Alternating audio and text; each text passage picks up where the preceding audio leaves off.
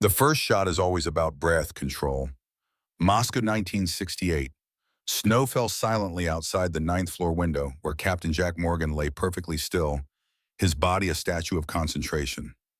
The American embassy gleamed in his scope 3 blocks away, framed by gathering storm clouds. His Winchester Model 70 felt like an extension of his arm, the cold metal warming under his precise grip. A frigid breeze carried the scent of diesel and coal into the abandoned apartment. Morgan had been in position for 9 hours, waiting. The CIA handler had been clear this was not a sanctioned hit. This was a ghost operation. If caught, America would deny all knowledge. Through his scope, he could see the Soviet official arriving at the American embassy. The man carried a briefcase handcuffed to his wrist. Intelligence indicated it contained the names of every deep-cover KGB operative in Western Europe, a defection that could shift the balance of the Cold War. Morgan adjusted the elevation dial on his scope by 2 clicks. The wind speed indicator on his custom rangefinder showed a 7-mile-per-hour crosswind. He made the mental calculations instantly. Distance 1473 meters, temperature adjustment -3 clicks, humidity negligible. He exhaled half a breath and held it. His finger caressed the trigger with the gentleness of a lover's touch. The Soviet counter-sniper team would be in position somewhere. They always were, but they would never expect a shot from this distance. Not in 1968, not with this weapon. The Soviet official paused at the embassy steps. Morgan squeezed. The rifle bucked against his shoulder. Through the scope, he saw the briefcase jerk violently as the specialized round struck the lock mechanism, shattering it without touching flesh. The official stumbled, the briefcase now free from his wrist, falling to the steps. An American diplomatic aide rushed forward, scooping up the case. Morgan was already dismantling his rifle movements, practiced to perfection. The operation had been surgical. A single bullet to break a handcuff lock from nearly a mile away. Not to kill, but to secure intelligence that would save countless American lives. Then he heard it, the apartment door splintering open. "American!" The shout came in accented English. Morgan grabbed his partially dismantled rifle and bolted for the emergency exit. 3 KGB agents poured into the room, weapons drawn. He crashed through the service door to the maintenance stairwell. Bullets splintered the door frame as he descended, taking the stairs 3 at a time. 9 flights down a waiting GAZ truck with a CIA operative at the wheel. Morgan leapt into the back as bullets pinged off the metal. The truck lurched forward, tires screaming against Moscow's icy streets. That shot would never appear in any official record. The technique used to calculate it was known only to Morgan and a handful of others in the intelligence community. A technique that exploited wind currents in ways most snipers would consider impossible. The mission would be buried in the deepest vaults of CIA headquarters, classified beyond top secret.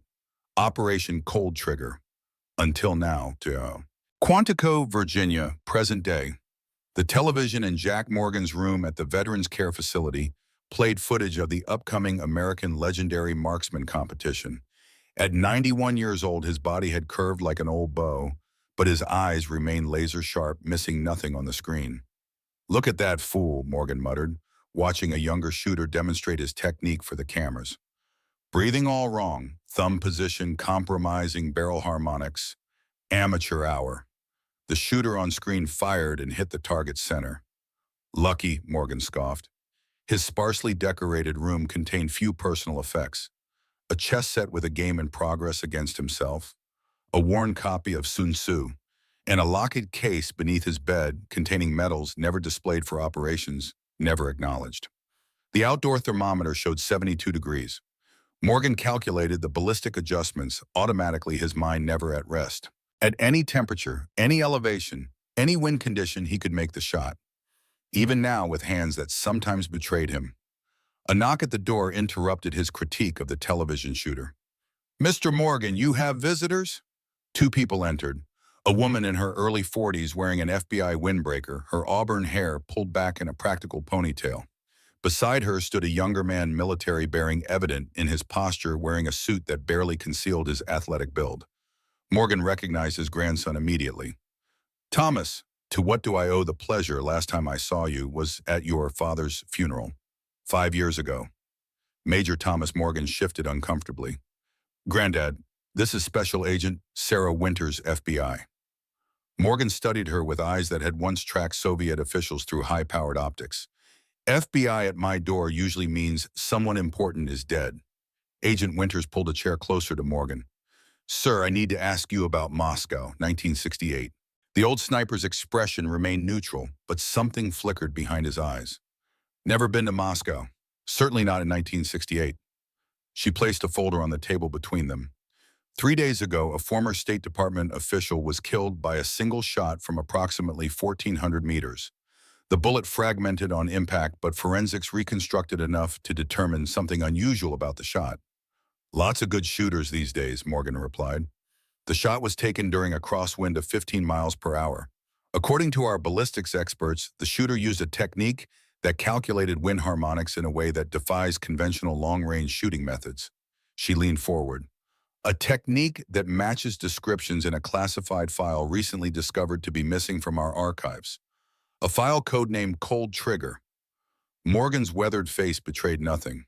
Granddad, Thomas interjected, someone is using your methods. Methods that were supposed to be classified. And you think I gave shooting lessons to an assassin? Morgan laughed, the sound like dry leaves scraping across pavement. Agent Winters opened the folder revealing crime scene photos. The victim was Arnold Chambers. He served in the State Department from 1965 to 1908. Morgan studied the photos without comment. What interests me, Winters continued, is that according to the partially redacted file we still have access to, Chambers was stationed at the American Embassy in Moscow in 1968. For several seconds, the only sound was the television still showing footage of the upcoming marksmanship competition. Turn that up, Morgan suddenly requested, nodding toward the screen. Thomas reached for the remote. The announcer's voice filled the room. The American Legendary Marksman Competition will commence next week under the direction of Colonel William Shepard, former Delta Force commander and four-time champion. The camera cut to Shepard, a weathered man in his late 50s with steel gray hair and eyes that had seen combat across multiple continents. Shepard, Morgan whispered. Agent Winters watched Morgan carefully. You know him? Everyone knows Bill Shepard, best shooter in America. Morgan's tone was casual, but his eyes remained fixed on the screen. Thomas glanced at Winters, then back to his grandfather. Granddad, the FBI thinks whoever killed Chambers might target others. People connected to whatever happened in Moscow. They need your help. Morgan finally looked away from the television. Young lady, I'm 91 years old. I have stage 1 Parkinson's. Some days my hands shake so badly I can barely hold a coffee cup. What exactly do you think I can do to help the Federal Bureau of Investigation? Winters closed the folder. Help us understand the technique used in the shooting. It might lead us to the killer. And if I told you I have no knowledge of any special shooting technique, then we'd have reached a dead end, she replied, and whoever killed Chambers would remain free to kill again. Morgan considered this, then nodded at the television. The competition, Shepard will be there. Yes, Winters confirmed. Then so will I.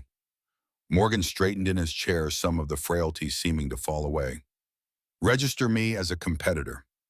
Thomas laughed, then realized his grandfather wasn't joking.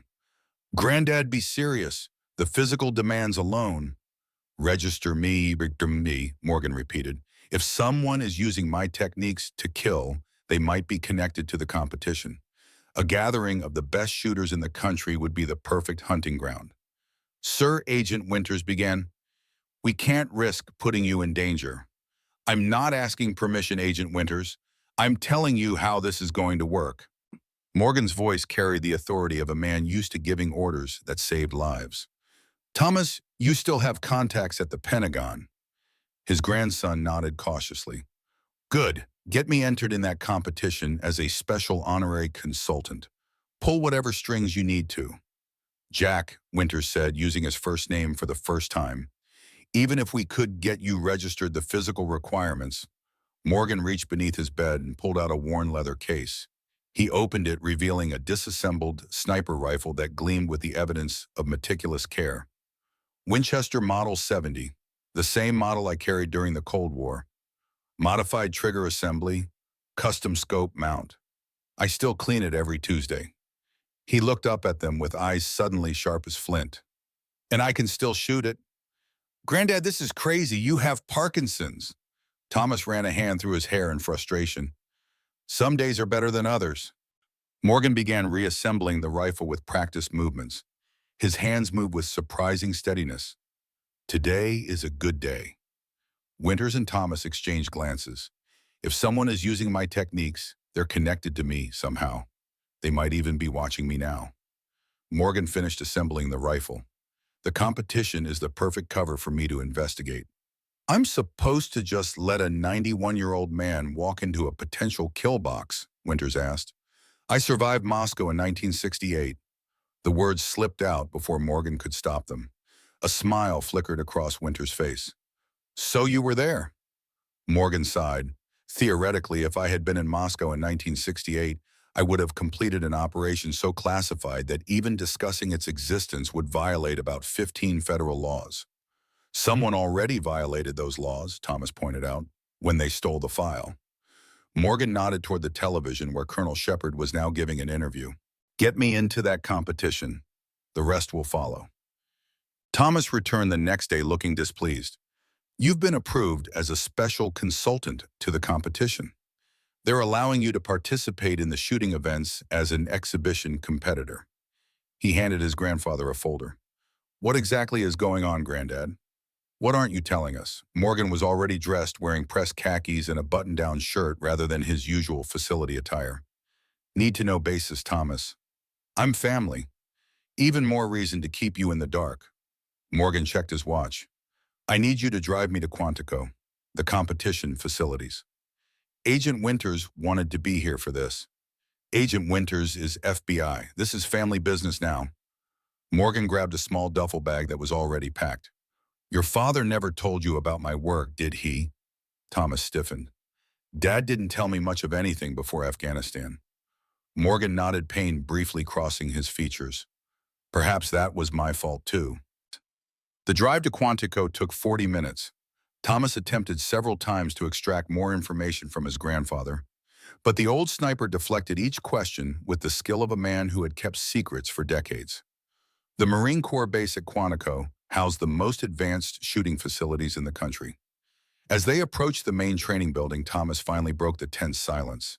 Whatever you're planning, remember you're 91. Your hands shake. You're not the man you used to be.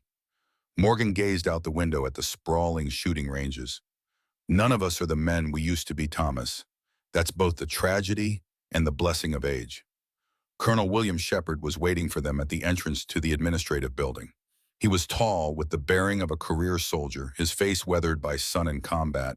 His eyes registered momentary surprise at the sight of Morgan, quickly masked by a professional smile.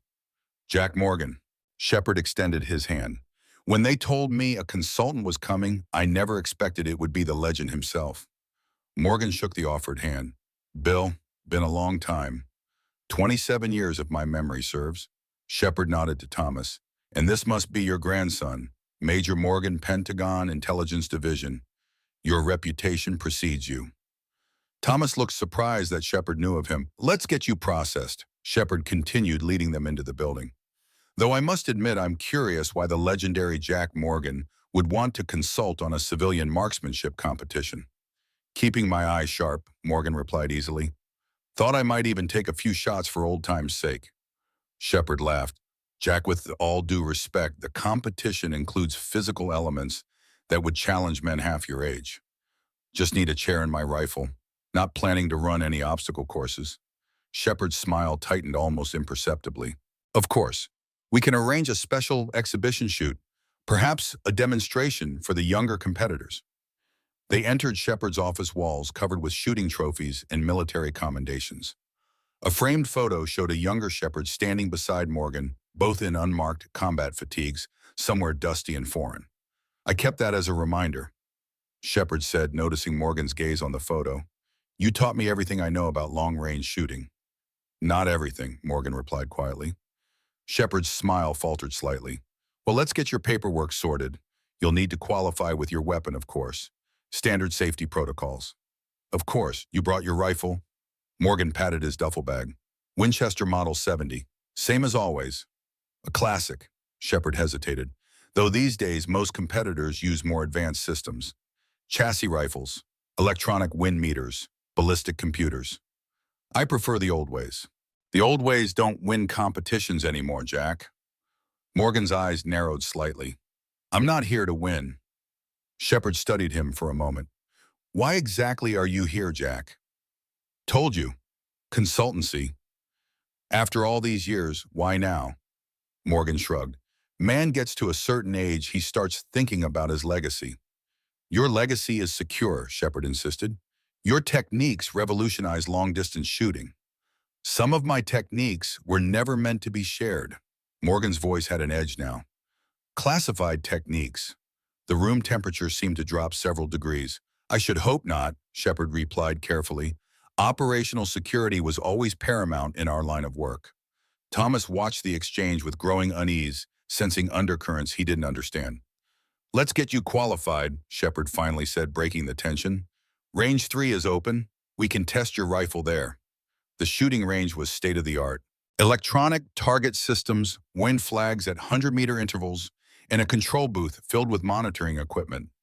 Morgan removed his Winchester from its case, the wood stock showing decades of careful maintenance. Beside the modern tactical rifles on the equipment rack, it looked like a museum piece. Starting distance, Morgan asked. Standard qualification is 300 meters, Shepard replied. Make it 500. Shepard raised an eyebrow. Jack, at your age. Make it 500, Morgan repeated firmly. Very well. Shepard programmed the target system. 500 meters it is. A range officer approached with a tablet. Sir, I need to inspect and log your weapon. Morgan handed over his rifle. The officer examined it, frowning at the custom modifications. This scope mount is unusual. Custom-made, Vietnam-era technology. And this trigger assembly has been modified. Reduced pull weight, 4 ounces instead of standard 5. The officer made notes. I'll need to test the safety mechanisms. As the officer walked away with his rifle, Morgan watched Shepard carefully. The colonel was speaking quietly into his phone, his back turned. 10 minutes later, the officer returned. Your weapon checks out, sir. Though I should mention the scope mount seems a bit loose, might affect your accuracy. Morgan took the rifle, running expert fingers over the mount. His eyes narrowed. The mount had been subtly loosened, not enough to be immediately obvious, but enough to throw off any shot by several inches at range. He glanced at Shepard, who was watching with a neutral expression. Is there a problem, Jack? Shepard asked. No problem. Morgan tightened the mount with a small tool from his pocket. Just making a few adjustments. Thomas approached, concern evident. Everything all right, Granddad? Fine. Morgan positioned himself at the shooting station. Let's qualify. You get 3 shots, the range officer explained. 2 out of 3 in the center circle qualifies you. Morgan settled into position, controlling his breathing to minimize the tremor in his hands. Through the scope, he could see the target, a standard silhouette with concentric scoring rings. 500 meters, light crosswind from the right, maybe 3 miles per hour. Temperature, 75 degrees. He made the calculations instinctively. His first shot flew wide, missing the center circle by several inches. Sight must still be off, he muttered, making a show of adjusting the scope. Shepard watched with a barely concealed smile. Morgan fired again. This time the bullet struck the outer edge of the center circle. Better, the range officer commented. 1 more shot to qualify. Morgan's hands began to tremble noticeably. He lowered the rifle, flexing his fingers. Parkinson's acting up, Thomas explained quietly to the range officer. Maybe we should reschedule. No, Morgan's voice was firm. 1 more shot. He raised the rifle again, but the trembling was worse now. Everyone watching could see his struggle to hold steady. Jack, Shepard said gently, there's no shame in acknowledging limitations. Age comes for us all. Morgan looked up from the scope. Would you mind if I used your rifle, Bill, just to compare? Shepard blinked in surprise. My competition rifle, just for this last qualification shot. After a moment's hesitation, Shepard retrieved his rifle from a nearby case. It was a modern masterpiece of engineering, an AI AX-50 with advanced optics and a precision stock. It's zeroed for me, Shepard warned, handing it over. My grip, my sight picture, my breathing pattern. You understand that? I understand. Morgan took the unfamiliar weapon, quickly examining its features. And when you fail to qualify with it, Shepard added quietly, Everyone here will know it wasn't the equipment. It was you. Morgan said nothing as he settled into position with Shepard's rifle. It felt alien in his hands, the balance different, the ergonomics designed for a different body type. But the principles remained the same. He emptied his mind of everything except the shot. The tremor in his hands subsided momentarily as he focused all his concentration. Exhale. Half breath held. Trigger pressure applied with microscopic precision. The rifle fired. Through the scope, Morgan saw the bullet strike dead center of the target. Perfect shot. Shepard stared in disbelief. The range officer checked the electronic scoring system twice. Qualification confirmed, he finally announced. Morgan handed the rifle back to Shepard with a nod of thanks. Nice weapon. Bit too computerized for my taste, but nice. Thomas was grinning despite himself. Still got it, Granddad. As they walked back toward the administrative building, Shepard fell into step beside Morgan. Impressive shooting, Jack, especially with an unfamiliar rifle. His tone was pleasant, but tension underlay the words. Almost like you knew exactly how to compensate for the differences. Just applied the fundamentals, the ones I taught you. Those fundamentals wouldn't account for the specific weight distribution and trigger sensitivity of my personal rifle. Shepard's voice had dropped to ensure only Morgan could hear. Unless you knew something more. Morgan stopped walking, turning to face his former student. Why did you loosen the scope mount on my rifle, Bill? Shepard's expression remained neutral. Equipment gets jostled in transport. Happens all the time. No, it doesn't. For a long moment, the two men stared at each other, decades of shared history and unspoken secrets hanging between them. Why are you really here, Jack? Shepard finally asked. Arnold Chambers is dead, shot from 1,400 meters by someone using my wind harmonics technique. A classified technique. Morgan watched Shepard's face carefully. The same technique I taught to exactly 4 people during my entire career. Shepard's expression revealed nothing. And I was one of those 4. Yes. So you think I'm an assassin now after everything we've been through? Morgan shrugged. I think someone who knows that technique killed Chambers, and I think you just tried to sabotage my qualification. You're 91 years old, Jack, with Parkinson's. I was trying to save you from embarrassment. By forcing me to use your rifle instead, the rifle you were certain I'd fail with. Morgan shook his head. You wanted me to qualify, but only with your weapon. Why? Shepard glanced around to ensure they weren't overheard. This isn't the place for this conversation. Make time for it. Soon. Morgan turned to leave, then paused. One more thing, Bill. My technique for calculating wind harmonics was never written down. Never documented. The only way someone could learn it is directly from one of the 4 people I taught. Your point.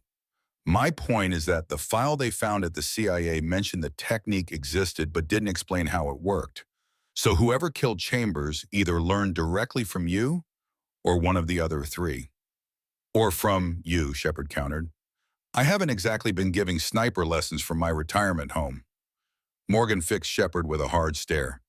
But someone has been teaching my methods, and people connected to Moscow are dying because of it.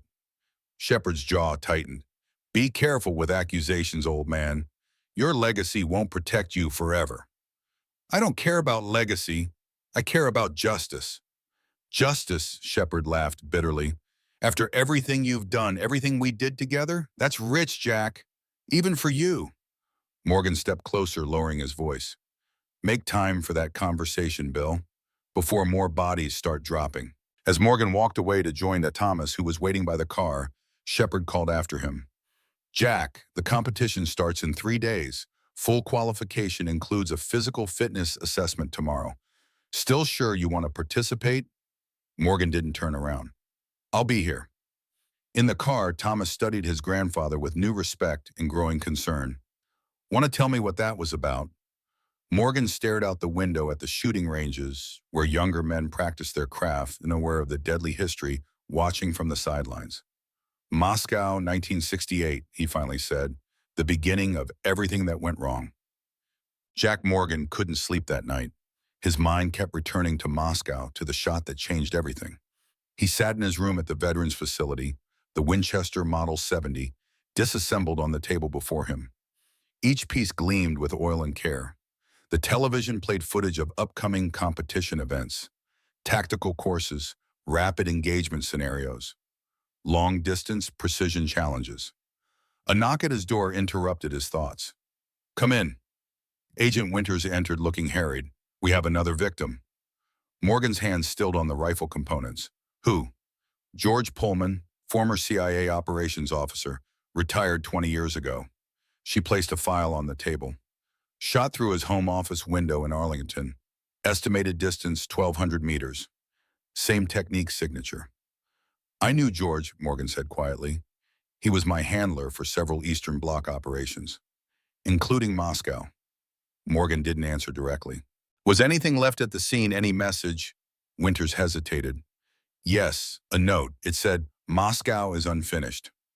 Morgan closed his eyes briefly. "They're killing everyone involved in the operation, which means you're likely a target as well." "No," Morgan shook his head. "If they wanted me dead, I would be already. This is about something else."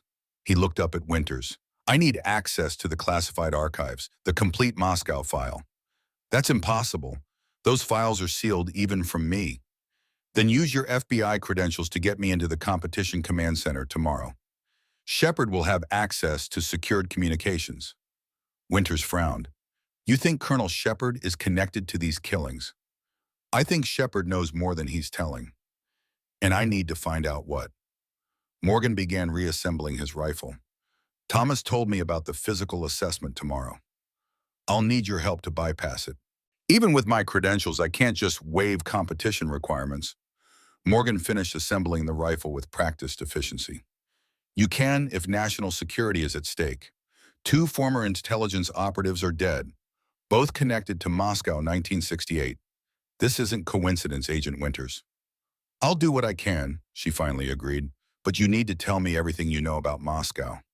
"Not yet." Morgan placed the rifle back in its case. "Some secrets stay buried for a reason. People are dying because of those secrets." "Yes." Morgan's voice was heavy with the weight of decades. "They always have been." After Winters left, Morgan removed an old leather wallet from his duffel bag. From it, he extracted a yellowed photograph showing 4 young men in unmarked military fatigues standing beside a helicopter. He turned it over, reading the faded writing on the back. "Moscow Team Morgan Shepard Pullman Chambers. Operation Cold Trigger Complete, 1968. 2 of the men in the photo were now dead, assassinated using Morgan's own technique." He tucked the photo back into the wallet and reached for his phone. It was time to call in old favors. If someone was hunting the Moscow team, he needed to know why. And he had less than 3 days to find out before the competition put him and Shepard in the same kill zone. The television continued to play footage of the marksmanship competition facilities. Morgan watched as the camera panned across the long-distance range where in 3 days the nation's best shooters would gather. The perfect hunting ground for an assassin with a very specific target list. And somewhere in that crowd would be a killer using Jack Morgan's own techniques against him. The dawn broke cold over Quantico ribbons of orange and crimson stretching across the Virginia sky. Jack Morgan sat alone on a bench outside the competition facilities, watching younger men arrive with gun cases and tactical gear. His own Winchester rested beside him, an old warrior among modern weapons. His hands trembled slightly as he sipped coffee from a paper cup. The morning was always worse for the Parkinsons. By midday, the tremors would subside to manageable levels. He had timed his medication carefully. A sleek government SUV pulled into the parking area. Agent Winters emerged, followed by Thomas. They spotted Morgan and approached with purposeful strides. "You're early," Thomas remarked. "Old habits." Morgan set down his coffee cup.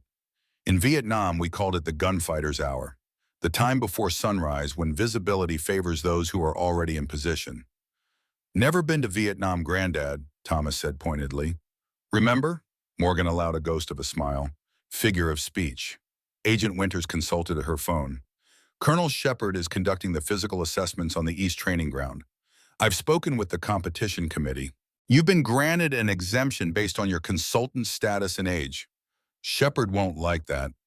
Shepard doesn't have a choice. The committee overruled him." Morgan nodded approvingly. "What about access to the command center?" I've arranged a security tour at 1100 hours. It's the best I could do. It'll work. Morgan stood gathering his rifle case. Thomas, I need you to do something. His grandson raised an eyebrow expectantly. Find out everything you can about Blackstone Operations Group. It was a private military contractor founded by former CIA personnel about 15 years ago. Any particular reason? Shepard is connected to them somehow. I need to know how. Thomas frowned. And how exactly am I supposed to get classified information about a PMC with potential CIA connections? Your Pentagon intelligence, figure it out. Morgan's tone left no room for argument. Meet us at the command center at 11. As Thomas departed, Agent Winters studied Morgan carefully. You still haven't told me what happened in Moscow. And I won't, not until I'm certain of the players. Morgan gestured toward the main building. Let's go register my exemption before Shepard finds a way to block it. They found Colonel Shepard supervising the physical assessment course, a punishing series of obstacles designed to test stamina and strength under stress. Competitors crawled under barbed wire scaled walls and navigated balance beams while carrying their rifles. Shepard noticed them approaching and broke away from his staff. His expression darkened when he saw Morgan's rifle case. Agent Winters, Mr. Morgan. His tone was coolly professional. I understand the committee granted you an exemption from physical qualification. My FBI credentials were persuasive, Winters replied smoothly. National security interests. Is that so? Shepard's gaze shifted to Morgan. Funny how national security thought always seems to follow you around, Jack. Occupational hazard. Well, exemption or not, you'll still need to complete the weapons handling assessment. Safety protocols. Morgan nodded. Lead the way. The weapons assessment took place in a separate building equipped with multiple firing lanes and simulation rooms. A young range officer greeted them with a tablet. Mr. Morgan, I'll be conducting your weapons handling assessment today. He introduced himself as Lieutenant Cooper. Basic procedures, weapon disassembly, reassembly safety checks, and a simulation shoot. Morgan placed his rifle case on the preparation table. Let's begin. Under the watchful eyes of Shepard and Winters, Morgan disassembled his Winchester with practiced efficiency. Despite the morning tremor in his hands, each movement was precise, each component placed in exact order on the table. Lieutenant Cooper watched with growing admiration. Sir, I've never seen anyone break down a Model 70 that fast, especially with the custom modifications yours has. Had lots of practice. Morgan proceeded to reassemble the rifle, his fingers finding each piece without looking. When your life depends on your weapon, you learn every millimeter of it. You've maintained this rifle for how long? Cooper asked. 57 years. Same bolt, same trigger assembly. Only replaced the barrel once in 1984. Shepard watched silently, his expression unreadable. When Morgan finished the reassembly, Cooper led them to a simulation room. The walls displayed a dynamic shooting scenario with targets appearing at random distances and positions. Standard assessment is 20 targets, varying distances from 100 to 600 meters with 15 seconds per target, Cooper explained. Morgan settled into position behind a shooting rest. Ready? The simulation began. Targets appeared on the screen, each displaying for exactly 15 seconds. Morgan worked methodically, each shot deliberate and controlled. When his hands trembled, he simply waited, timing his shots between the tremors. 19 hits, 1 miss. Cooper looked impressed. 95% accuracy, well above qualification standard. The miss was intentional, Morgan said quietly. Fourth target, the civilian holding the newspaper. Cooper checked his tablet in surprise. You're right, that was a no-shoot target. Most competitors miss it entirely. Details matter in this business. Shepard stepped forward. Congratulations, Jack. You've qualified for the competition. His smile didn't reach his eyes.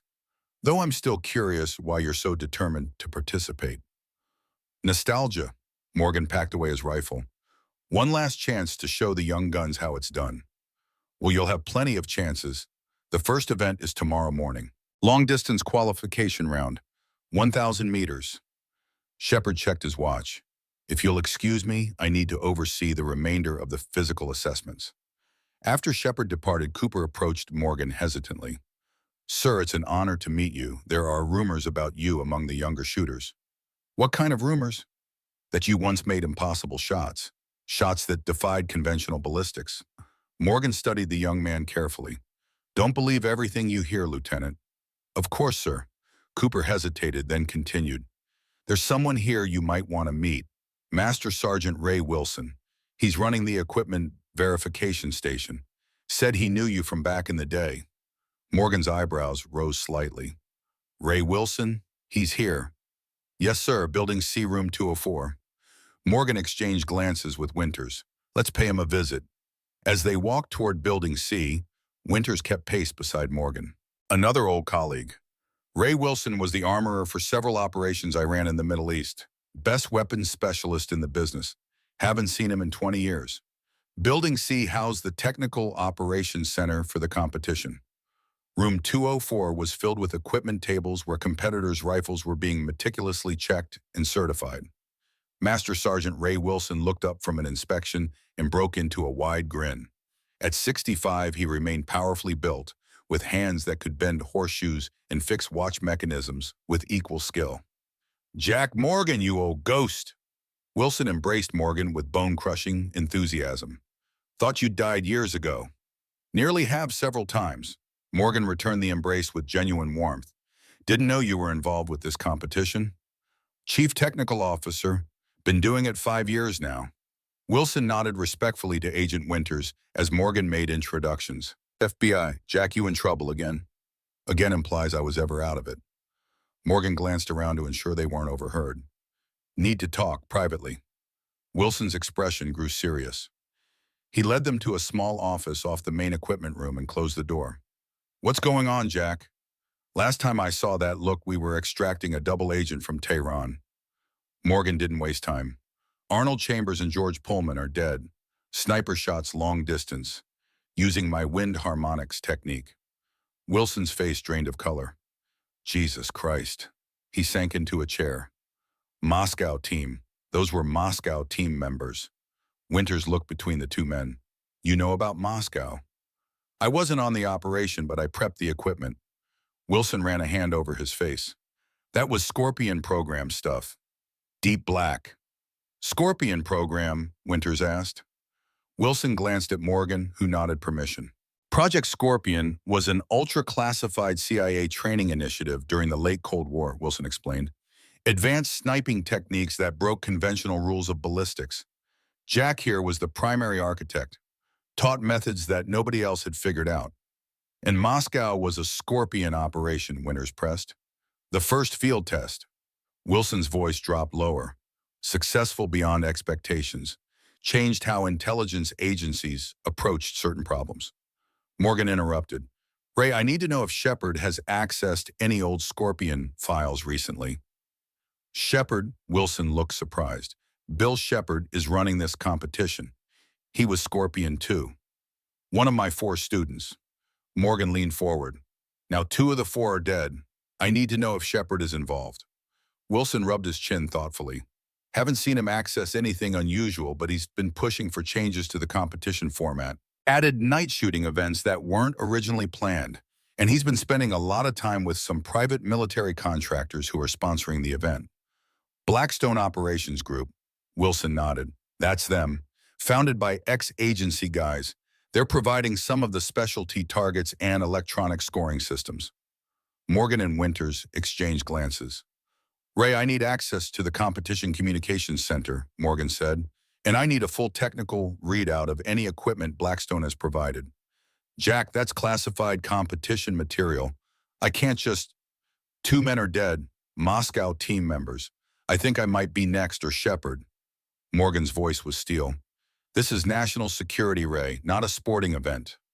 Wilson hesitated, then nodded. "The command center tour is at 1100. I can get you in as a technical consultant." "But Jack," he leaned closer, "if this is what I think it is, you're walking into serious danger." "Wouldn't be the first time." "You're 91 years old with Parkinson's. Not exactly in your prime."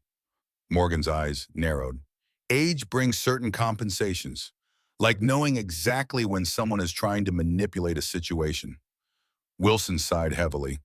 "Always the suspicious bastard. Still alive, aren't I?" "For now." Wilson checked his watch. "It's nearly 11. We should head to the command center."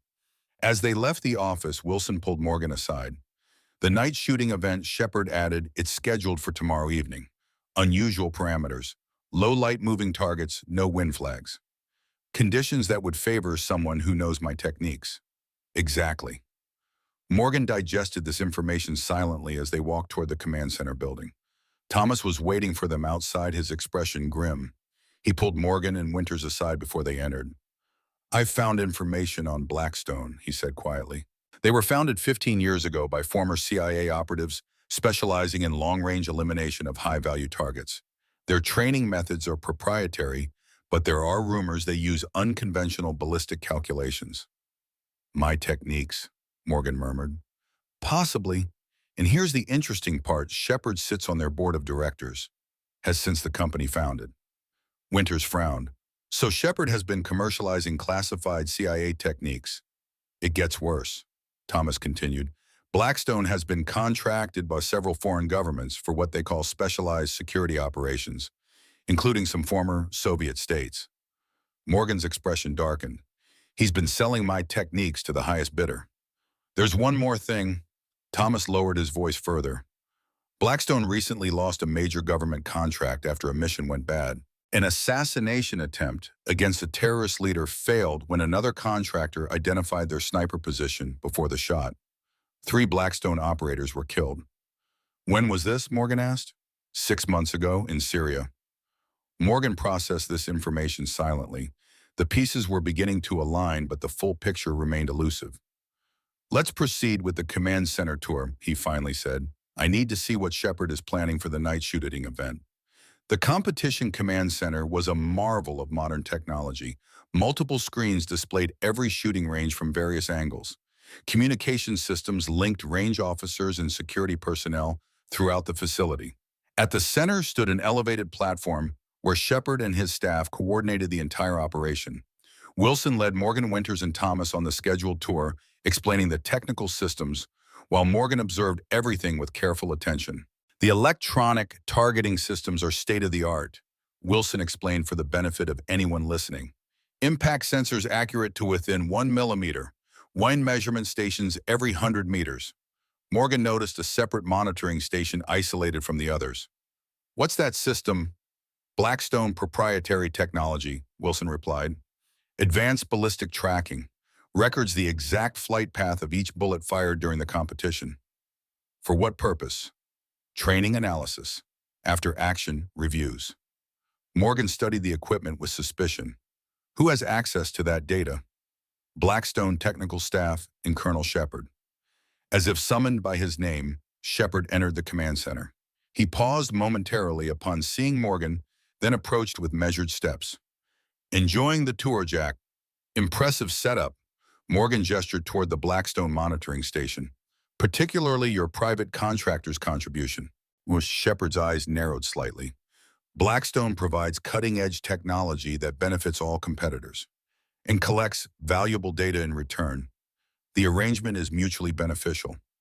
Morgan stepped closer to Shepard, lowering his voice. Like your arrangement with them, board member, wasn't it? A flicker of surprise crossed Shepard's face, quickly masked. You've been doing your homework. Always was a diligent student, unlike some. The tension between the two men was palpable.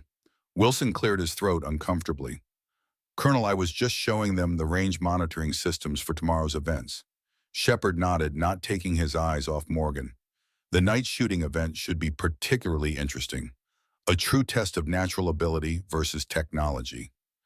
Natural ability, Morgan repeated, like calculating wind harmonics without electronic aids. Shepard's jaw tightened. Perhaps we should continue this conversation privately. Good idea.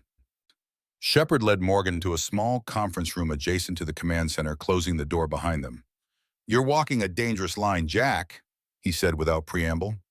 2 Moscow team members are dead, shot using my techniques. And you think I'm responsible? Shepard's voice was incredulous. After everything we've been through, I think you've been teaching my classified techniques to Blackstone operatives. Techniques that were never meant to leave government control. Shepard sighed heavily. The world changed, Jack. After the wall fell after 9/11, the rules changed. Private contractors do what governments can't officially sanction anymore.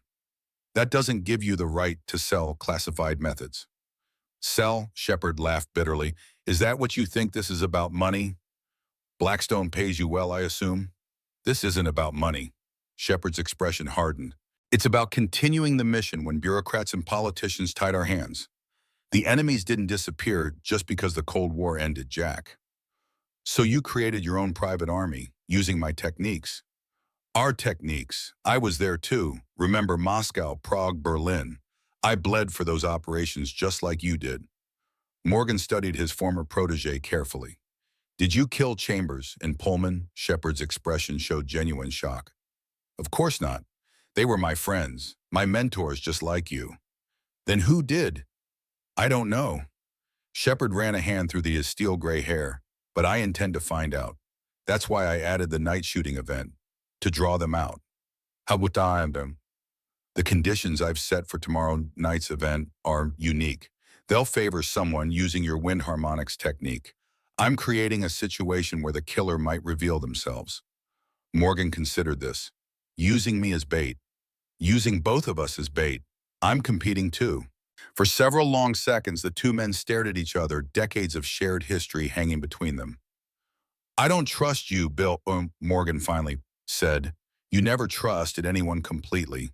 That's why you're still alive. Shepard leaned forward. But right now, I might be the only ally you have. Except someone connected to Blackstone is using my techniques to kill Moscow team members. And you're on Blackstone's board. Shepard's expression grew grave. There's something you don't know, Jack. Something that happened 6 months ago. The failed mission in Syria.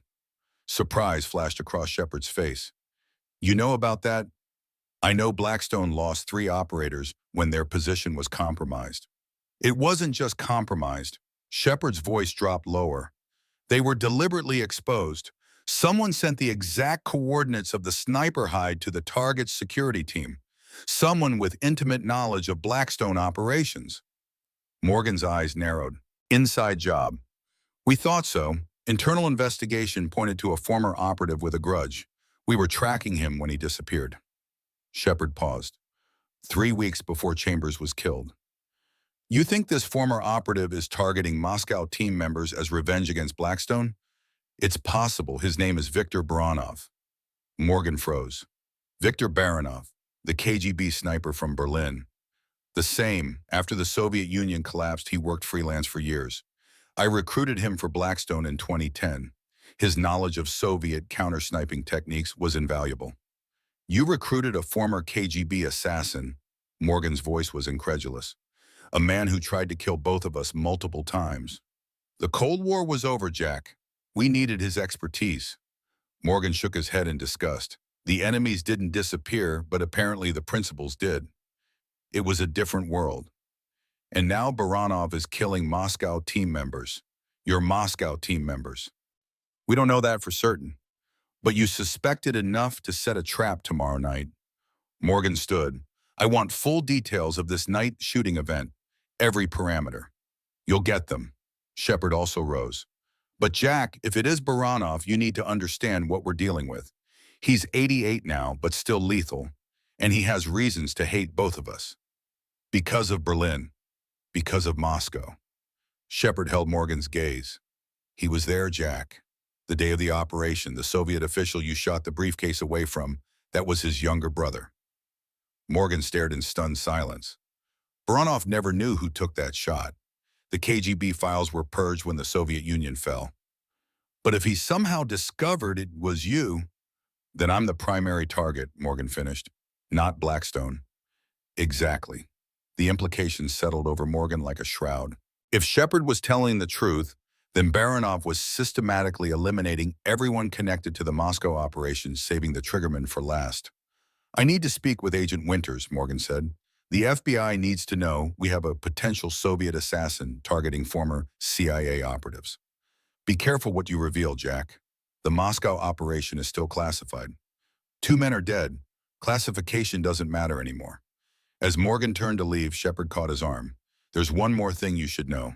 Thomas, your grandson, he was selected for special Pentagon liaison duty with Blackstone last year. He declined the assignment. Morgan frowned. Why are you telling me this? Because Baranov might target anyone connected to Moscow team members, including family. Shepard's expression was grave. Thomas might be in danger simply by association with you. Morgan felt a cold weight settle in his stomach. He nodded once and left the conference room. Outside, Thomas and Winters were waiting with Wilson, who was still describing the competition systems as cover for their presence. We need to talk, Morgan said tersely. Not here. They followed him outside to a secluded area beside the shooting range where the crack of rifles would mask their conversation. Shepard claims a former KGB sniper named Viktor Baranov is behind the killings, Morgan explained. Baranov worked for Blackstone until 6 months ago, when he allegedly betrayed them during an operation in Syria. Allegedly, Winters questioned. I don't fully trust Shepard's version, but if Baranov is involved, we're dealing with one of the most skilled snipers the Soviet Union ever produced. Why would a former KGB sniper target American intelligence officers after all these years? Thomas asked. Morgan hesitated. Because of Moscow, 1968, an operation that directly affected Baranov's family. Winter's eyes widened in understanding. This is personal for him. Deeply personal. Morgan turned to Thomas. Shepard also mentioned you were offered a liaison position with Blackstone last year. Why didn't you take it? Thomas looked surprised. Background check raised red flags. Blackstone was allegedly involved in some questionable operations in Eastern Europe. My superior advised against accepting. Morgan nodded thoughtfully. Agent Winters, I need you to request FBI protection for Thomas. If Baranov is targeting people connected to Moscow team members, Thomas could be at risk. I'll make the call, Winters replied. What about you? I'll be fine. Baranov would want to save me for last, but I need to know more about this night shooting event tomorrow. Morgan turned to Wilson. Ray, can you get me the exact parameters? Already have them. Wilson produced a tablet. Shepard requested some unusual conditions. No wind flags, limited illumination, moving targets at variable speeds. Morgan studied the specifications. He's creating perfect conditions for someone using my wind harmonics technique. The lack of visual wind indicators forces shooters to rely on feel and sound. It's definitely a trap, Thomas observed. But for who, Baranov or you? Perhaps both. Morgan handed the tablet back to Wilson. I need to see the shooting range where this event will take place. Tonight after dark. That's against security protocols, Wilson objected. Make it happen, Ray. I need to understand the exact conditions. Wilson sighed. I'll arrange a technical inspection around midnight. But Jack, if Shepard is setting a trap, then I need to be prepared to spring it on my terms. Morgan's expression was resolute. I also need access to a secure line. Need to make a call to Langley. CIA headquarters. Winters looked alarmed. What for? To verify Shepard's story about Baranov. There's someone there who still owes me a favor. Morgan checked his watch. Let's reconvene at 1900 hours. I need to rest before tonight. As they departed, Thomas fell into step beside his grandfather. You still haven't told me the full story about Moscow. Morgan was silent for several steps. Some operations are better left buried, Thomas. 2 men are dead. You might be next. I think I deserve to know why. Morgan stopped walking, studying his grandson's face. He saw determination there, and something else. The same intensity Morgan had seen in his son's eyes, Thomas's father, before Afghanistan took him. Moscow was supposed to be a simple intelligence grab, Morgan finally said. A Soviet official defecting with a list of KGB agents. My job was to ensure the handover went smoothly. By shooting the briefcase off his wrist, that's not what I'd call simple.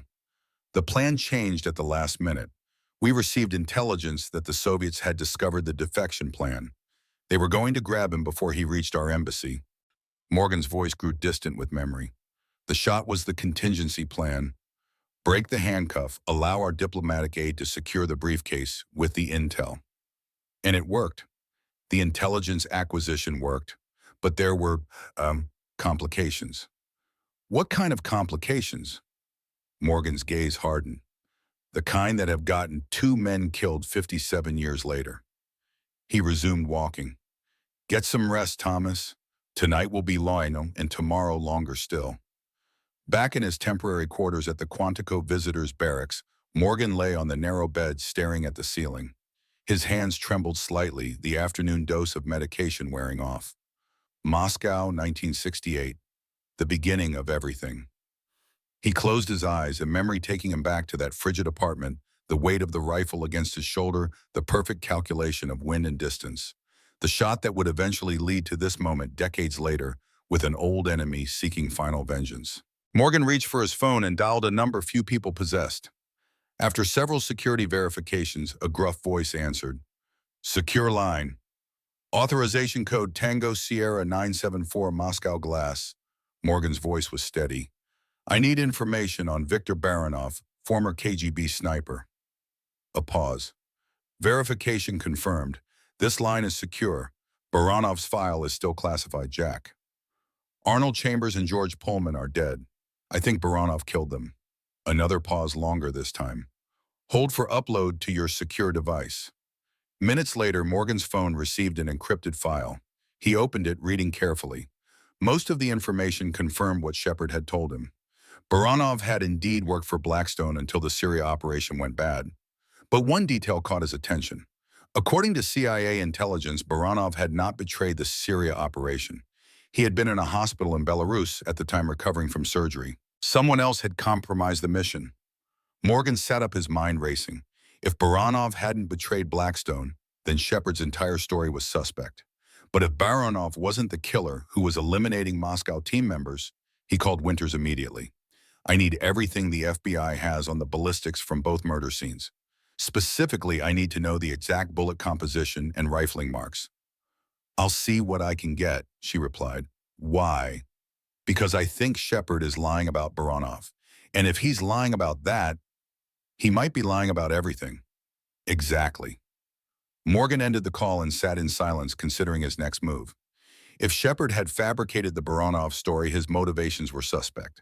The night shooting event tomorrow was still likely a trap, but perhaps not for Baranov. Perhaps for Morgan himself. He needed more information, and the midnight inspection of the shooting range might provide it. Until then, he would rest and prepare. Whatever game Shepard was playing, Morgan intended to be ready.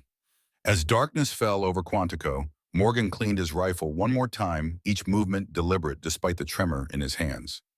Wish, age, and disease had taken much from him, but not his precision, not his resolve, and certainly not his ability to recognize when he was being hunted. The Moscow operation had taught him one indelible lesson in the world of shadows and long-distance death. The hunter and the hunted were often the same person, separated only by time and perspective. If Baranov was indeed coming for him, seeking vengeance for a 57-year-old operation, then Morgan would face him as an equal. One professional to another, one survivor to another. Two old men with shared history and deadly skills playing out the final act of a Cold War that had never truly ended for either of them. Morgan placed his rifle back in its case and checked his watch. 4 hours until the midnight inspection. He closed his eyes, allowing his mind to quiet, conserving strength for what was to come. Tomorrow night, under the cover of a legitimate competition event, someone would try to kill him. Whether Baranov or Shepard or someone else entirely, the result would be the same. Unless Jack Morgan, at 91 years old with trembling hands and a lifetime of lethal knowledge, could make one more impossible shot. The midnight air hung heavy with expectation as Jack Morgan walked the competition grounds. The shooting ranges, normally bustling with activity, stood silent under the pale moonlight. Beside him, Ray Wilson swept a tactical flashlight across the night shooting course, illuminating target stations and firing positions.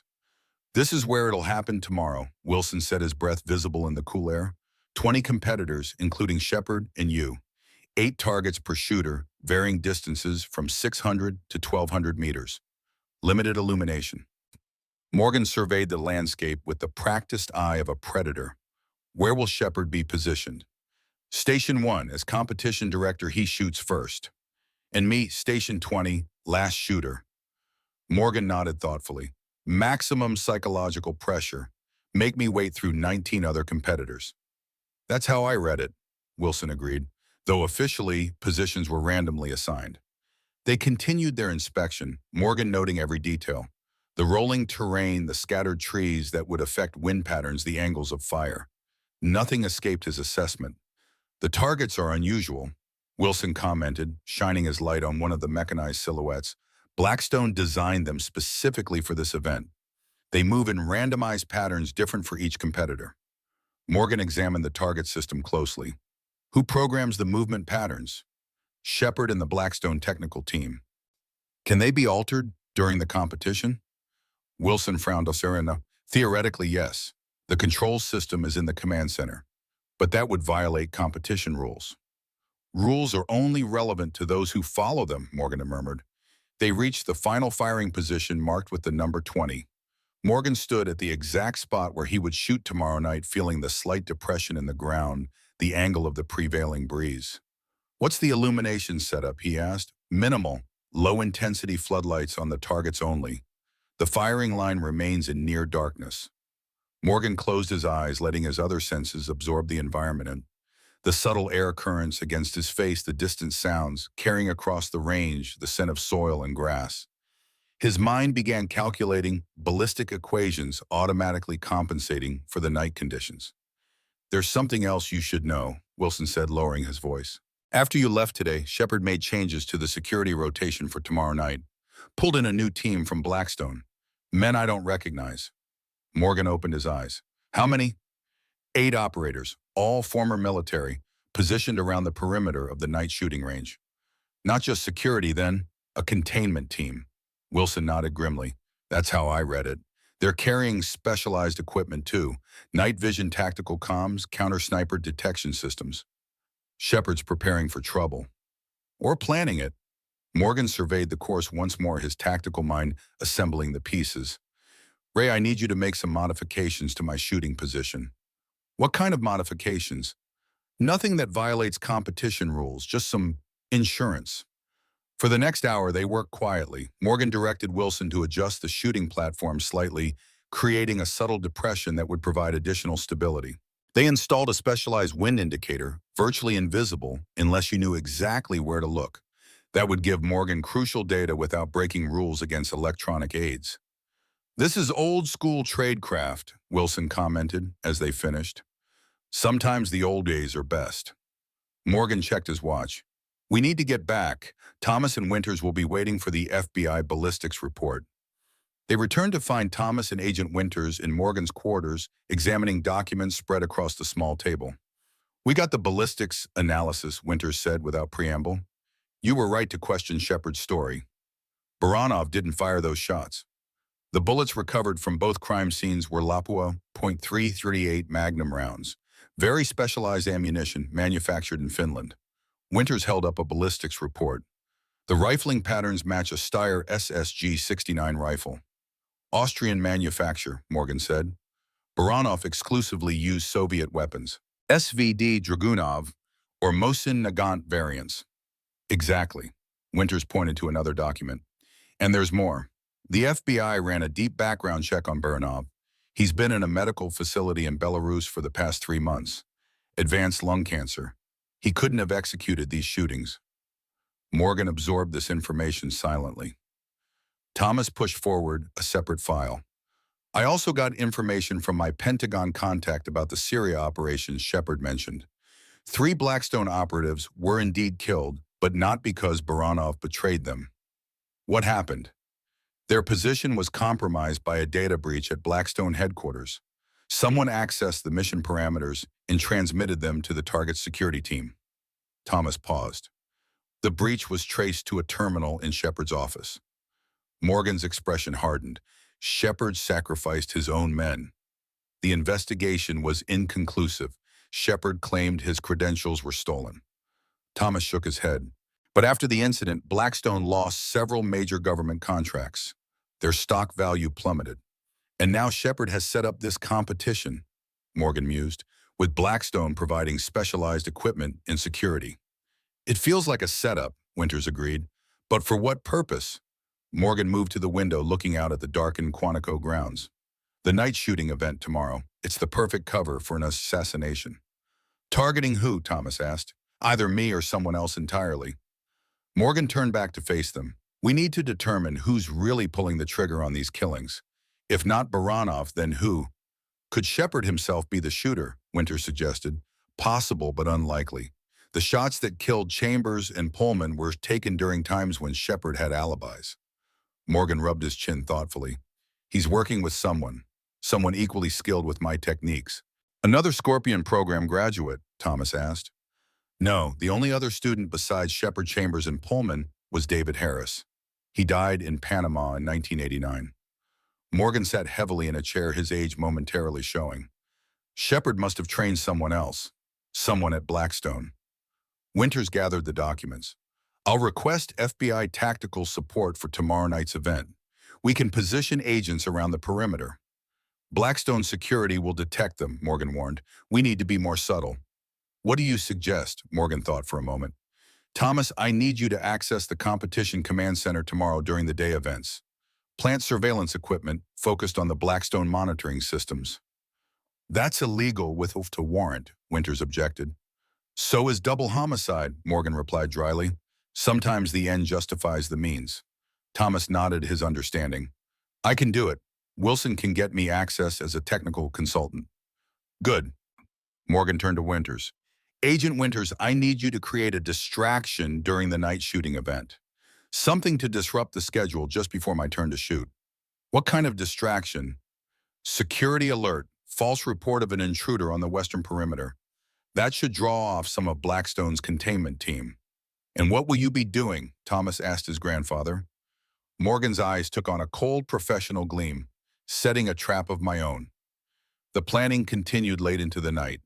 When Thomas and Winters finally departed, Morgan sat alone with his rifle methodically checking each component. His hands trembled less, now the evening medication having taken effect. Tomorrow would determine everything. Either he would expose Shepard's plot, or he would become the next victim.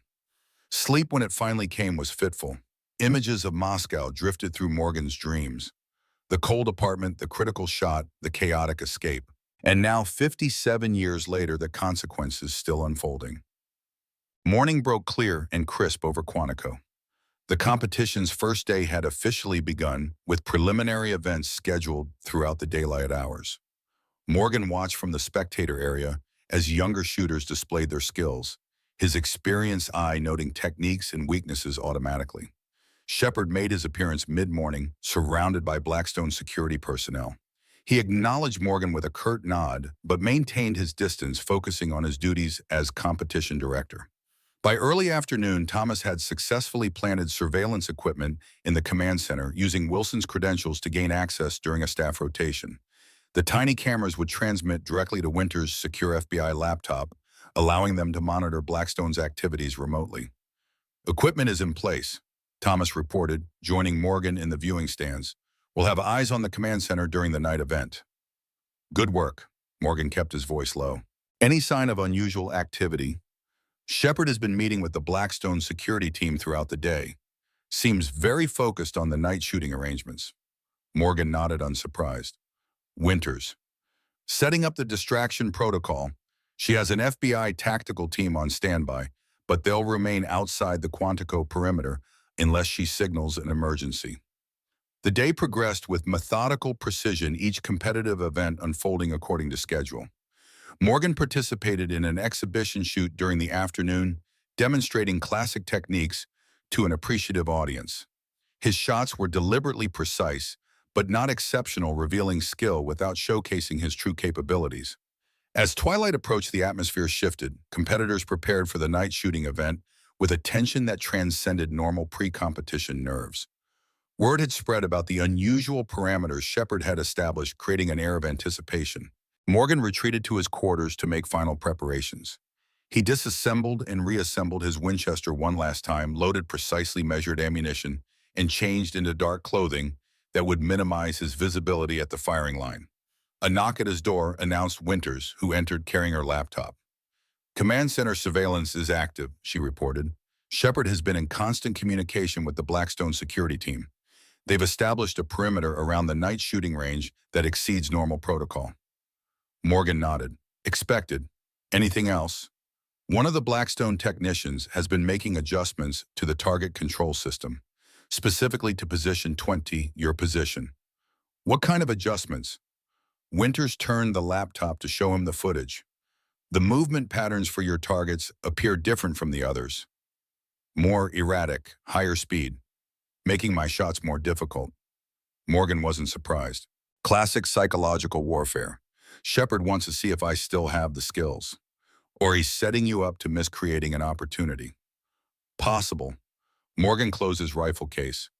The distraction is set 20 minutes into the event, just before your scheduled turn. Winters hesitated. Jack, if Shepard is behind these killings, he'll have contingency plans. We might be walking into something worse than we anticipate. Almost certainly. Morgan's expression remained calm, which is why I have contingencies of my own. Care to share them? Better if I don't. Plausible deniability for the FBI. Winters frowned but nodded her understanding. Thomas is already at the range positioned with the spectators. He'll maintain line of sight on you throughout the event. Tell him to watch Shepard, not me. I can take care of myself. Night had fully descended when Morgan arrived at the shooting range. The scene was dramatically transformed from the daylight competitions. Minimal lighting cast long shadows across the grounds. The targets positioned at various distances were illuminated by dim spotlights that created an almost theatrical atmosphere. 20 shooting stations were arranged along the firing line, each separated by tactical barriers. Competitors checked their equipment with focused intensity, many using night vision devices to gauge conditions. Shepard stood at Station 1, his custom rifle gleaming under the subdued lighting. When he spotted Morgan, he approached with measured steps. Jack, I was beginning to wonder if you'd show. Wouldn't miss it. Morgan's voice was neutral. Interesting setup you've designed. Challenging conditions separate the merely good from the truly exceptional. Shepard gestured toward the targets. No wind flags, minimal illumination, moving targets. Just like the real-world operations we used to run. Yes, just like those. Shepard studied Morgan's face. Had any thoughts about our conversation regarding Baranov? Many thoughts, Morgan replied evenly. None I'm ready to share yet. A subtle tension passed between them, decades of shared history and secrets creating an almost tangible current. You're at Station 20, Shepard finally said. Last shooter. Hope the weight doesn't aggravate your condition. My hands are steady tonight. Good to hear. Shepard's smile didn't reach his eyes. Best of luck, old friend. As Shepard walked away, Morgan made his way to his assigned position. Station 20 was positioned slightly higher than the others, offering a clear view of the entire range. He set up methodically, establishing his shooting space with practiced efficiency. From his vantage point, Morgan could see Thomas in the spectator area, positioned to observe both the competition and the Blackstone security team. Winters was near the command center, her FBI credentials giving her access to restricted areas. The competition began precisely at 9 p.m. Shepard, shooting first, demonstrated exceptional skill. Each of his 8 targets, moving at various speeds and distances, was struck with precision that drew appreciative murmurs from the crowd. One by one, the other competitors completed their rounds. Some performed admirably, others struggled with the challenging conditions. Morgan observed each shooter carefully, noting techniques and adaptations. By the time the 19th competitor finished, nearly 2 hours had passed. The atmosphere had grown increasingly tense, the spectators now focused on the final shooter, the oldest competitor by decades. Morgan stepped up to Station 20, his Winchester cradled in practiced hands. The tremor that had plagued him earlier was barely noticeable now, his concentration creating a bubble of calm precision around him. The range officer approached. Mr. Morgan, you have 8 targets, distances ranging from 600 to 1,200 meters. Variable movement patterns.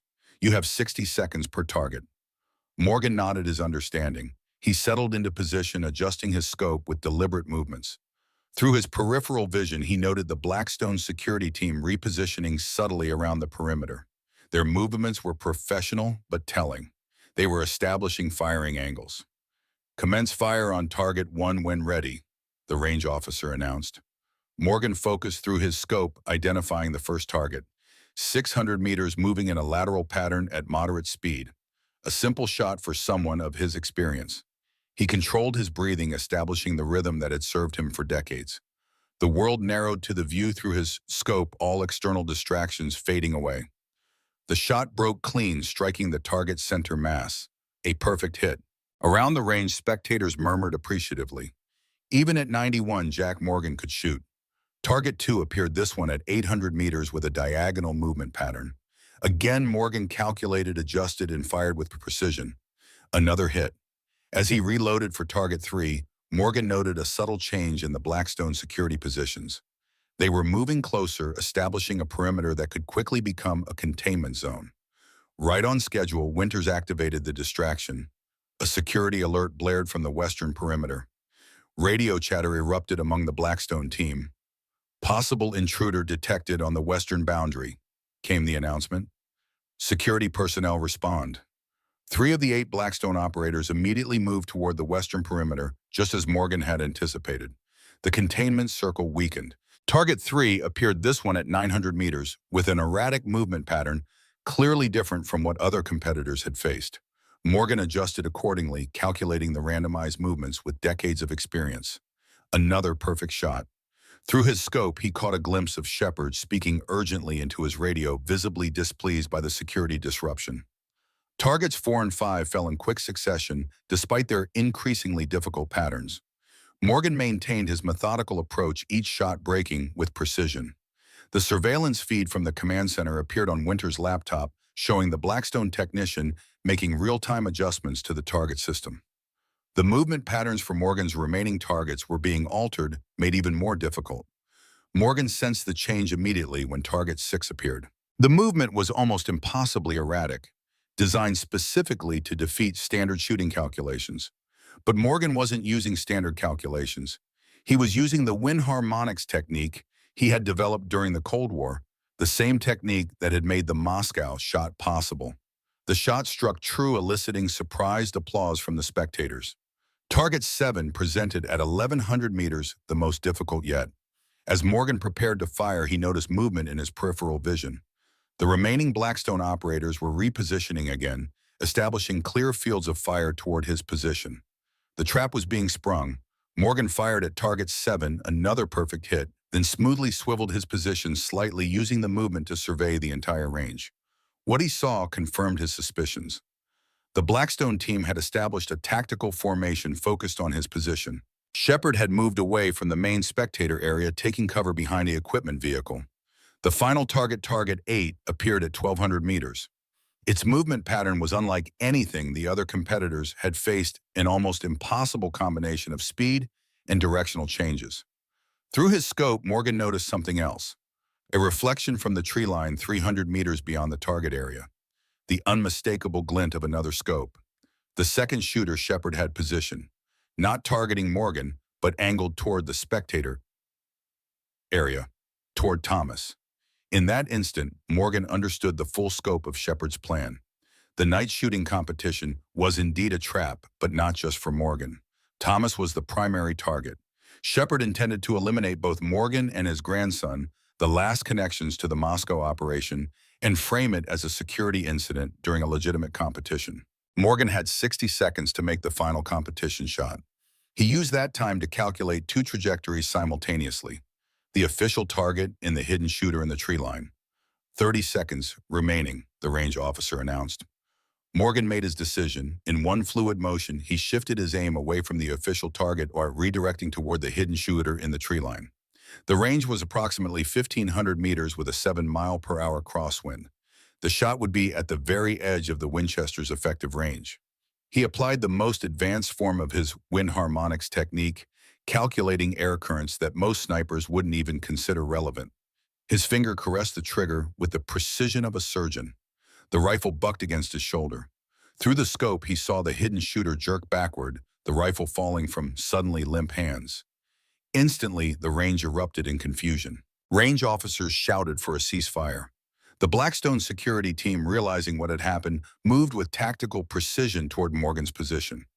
Morgan calmly ejected the spent cartridge and loaded a fresh round. Federal Agent Winters shouted, her FBI credentials displayed prominently as she raced toward the firing line. "Everyone stand down." Shepard emerged from behind the vehicle, his expression a mixture of shock and rage. He fired outside the designated target area. "Detain him."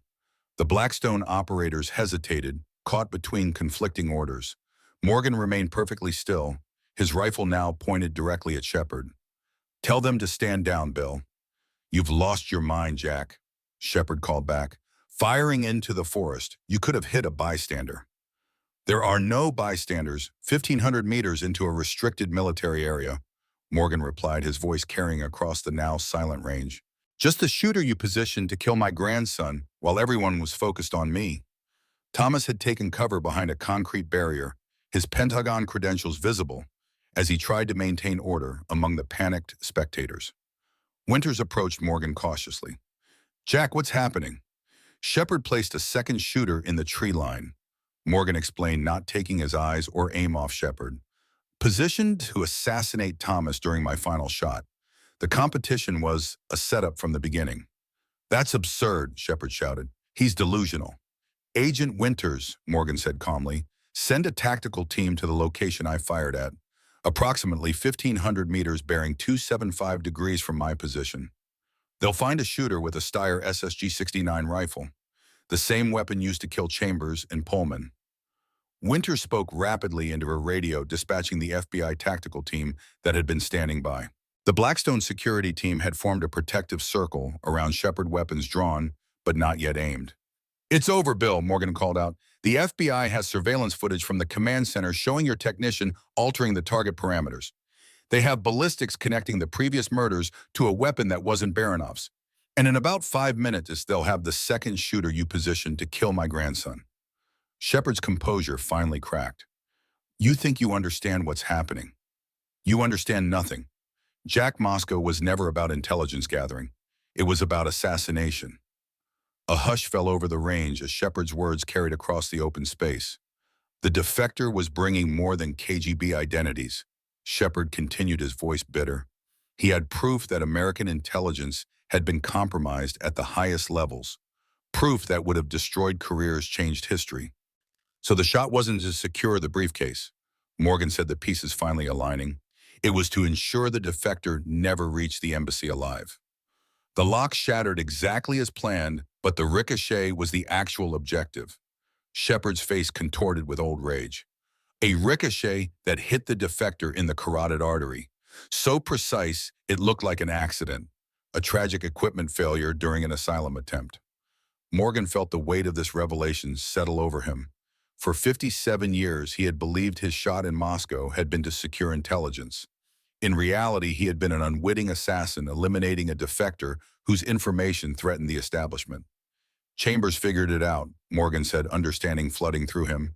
After all these years, he discovered the truth about Moscow. Chambers was going to go public. Shepard's voice was cold now. Pullman, too. They were going to expose everything about Moscow, about Scorpion, about the assassination programs we ran for decades. So you eliminated them, using my techniques to make it look like Baranov seeking revenge. Baranov was a convenient scapegoat, the old KGB operative with a grudge, the perfect cover story. Shepard gestured to the Blackstone team. And I would have succeeded if you hadn't interfered. The FBI tactical team radioed in from the tree line. They had secured the second shooter, wounded but alive. A Steyr SSG-69 rifle had been recovered along with communications equipment linked to the Blackstone network. Winters raised her weapon, aiming at Shepard. Colonel William Shepard, you're under arrest for conspiracy to commit murder and the murders of Arnold Chambers and George Pullman. The Blackstone security team, realizing their position was untenable, slowly lowered their weapons. Shepard laughed bitterly. You think this ends with me? Moscow was sanctioned at the highest levels. There are still people in power today who would be destroyed if the truth came out. That's their problem now, Morgan replied, not ours. As FBI agents moved in to take Shepard into custody, he locked eyes with Morgan one last time. I was your best student, Jack. I took what you taught me and applied it beyond your limited vision. No, Bill, you betrayed everything I taught you. Morgan finally lowered his rifle. The skills were meant to protect our country, not murder American citizens to cover up old crimes. Thomas approached as Shepard was led away in handcuffs. Granddad, are you okay? Morgan nodded wearily, the adrenaline beginning to fade, leaving him feeling every one of his 91 years. I'm fine. You hang, shaken but unhurt. Thomas looked toward the tree line where the FBI was securing the second shooter. You made that shot from here 1,500 meters in these conditions. Wind harmonics technique, Morgan said simply, calculates air currents most shooters don't even consider. You saved my life. Balance the scales a bit, Morgan replied quietly. Couldn't save your father in Afghanistan. Least I could do was save his son. Winters joined them, holstering her weapon. The second shooter is talking already. Blackstone operative hired specifically for this operation. Claims Shepard personally recruited him, trained him in specialized shooting techniques. My techniques, Morgan said, twisted to serve murder. The FBI will need your complete statement, including everything about Moscow 1968. Winters hesitated. That might mean declassifying operations that have been buried for decades. It's time, Morgan replied. Truth has a way of surfacing eventually. The competition area was being cleared, spectators escorted to safety, the other competitors secured in a separate area. The night shooting event had become a crime scene, the competitive shots overshadowed by one impossible shot that had exposed decades of deception. 1 month later, Jack Morgan sat in a conference room at FBI headquarters in Washington. The debriefing had been exhaustive, spanning weeks of interviews and documentation. Today would be the final session. Thomas entered, carrying 2 cups of coffee. They're nearly ready for us. Morgan accepted the coffee gratefully. How are you holding up? Better than expected. Thomas took a seat beside his grandfather. The Pentagon has been surprisingly supportive. Apparently, exposing a conspiracy involving Blackstone has made me something of a hero in certain circles. And a target in others, I imagine. Thomas nodded grimly. Security protocols have been established. I'm being careful. Morgan sipped his coffee. And the Moscow file, still under review for declassification. The intelligence committees are arguing over how much to release publicly. Thomas studied his grandfather's face. Does it bother you knowing the truth about that shot after all these years? Morgan considered the question carefully. I've had a lifetime to come to terms with the bulk complexities of what we did during the Cold War. The fact that I was deceived about the Moscow operation is just one more layer of complexity. You were used. We all were in different ways. Morgan set down his coffee cup, his hand steady today. But what matters is how we respond when we discover the truth. The door opened and Agent Winters entered with several senior FBI officials. Gentlemen, we're ready to conclude the official debriefing. The session lasted 2 hours, covering final details about the Blackstone operation and Shepard's role in the murders. When it ended, Winters escorted Morgan and Thomas to the building entrance. The second shooter has provided detailed testimony, she informed them. Combined with the evidence from the competition surveillance, we have an airtight case against Shepard. And the broader conspiracy? Morgan asked. The people who originally sanctioned the Moscow assassination. Most are long dead, Winters replied. Those still living are being investigated, but prosecutions will be difficult, given the time elapsed and national security implications. Morgan nodded, unsurprised. Justice has its limitations. Outside, the spring sunshine warmed the Washington streets. Morgan paused on the steps of the FBI building, gazing up at the clear blue sky. What will you do now, Granddad? Thomas asked. Return to the veterans facility. Continue my Tuesday rifle cleaning ritual. Morgan smiled slightly. Perhaps write my memoirs, though. Who would believe them? I was thinking, Thomas said hesitantly. My place has a spare room. It's closer to the city, to better medical facilities for the Parkinson's treatments. Morgan looked at his grandson with surprise. You're inviting me to live with you? If you want to, no pressure. For a moment, Morgan was silent, processing this unexpected offer. After decades of solitude, of keeping family at arm's length to protect them from his dangerous past, the prospect of closeness was both appealing and frightening. I'd like that, he finally said. Thank you, Thomas. As they walked toward Thomas's car, Morgan reflected on the journey that had brought him here. From a cold Moscow apartment 57 years ago to this moment of reconciliation and truth. The long arc of his life, with all its shadows and secrets, was nearing its conclusion. But perhaps there was still time for one more chapter. Not of deception and death, but of family and healing. There's something I'd like to show you, Morgan said as they reached the car. If you're willing. Of course, it's in Montana, the place where I learned to shoot. Where your father learned too before we had our falling out. Morgan's voice softened with memory. I haven't been back in 30 years. Montana sounds good, Thomas replied. I could use some mountain air. Morgan nodded, a weight lifting from his shoulders. The past could not be changed, but perhaps it could finally be put to rest. The truths revealed, the deceptions exposed, the old wounds beginning to heal. As they drove away from the FBI building, Morgan gazed out at the city where so many of his operations had been planned, where the secrets of Moscow had been buried for decades. Washington would always be a city of shadows and power, of necessary deceptions and uncomfortable truths. But for Jack Morgan, the longest shot had been fired, the final mission completed. What remained was time. Time with family, time for truth, time for peace. The Winchester Model 70 had been returned to him after the investigation cleared of any legal complications. It rested now in its case, a companion of decades, a tool that had both taken lives and in the end saved one that mattered most. In Montana, perhaps he would fire it one last time. Not in violence or deception, but to teach his grandson the pure skill he had once loved before governments and agencies had twisted it to their purposes. One final shot, clean and true, to mark the end of an era and the beginning of something simpler, something honest. As Washington receded behind them, Morgan felt himself smiling. The tremor in his hands was present but manageable, the weight of Moscow finally lifting after 57 years. Some shots echoed forever, but even the longest echo eventually fades into silence. "Montana first," Morgan said. "Then maybe we see the world a bit. I've spent too much time looking at it through a scope." "Sounds like a plan, Granddad," Thomas replied. "Sounds like a very good plan." The car continued north, carrying them away from the past and toward whatever future remained for an old sniper who had finally found his way home. The end.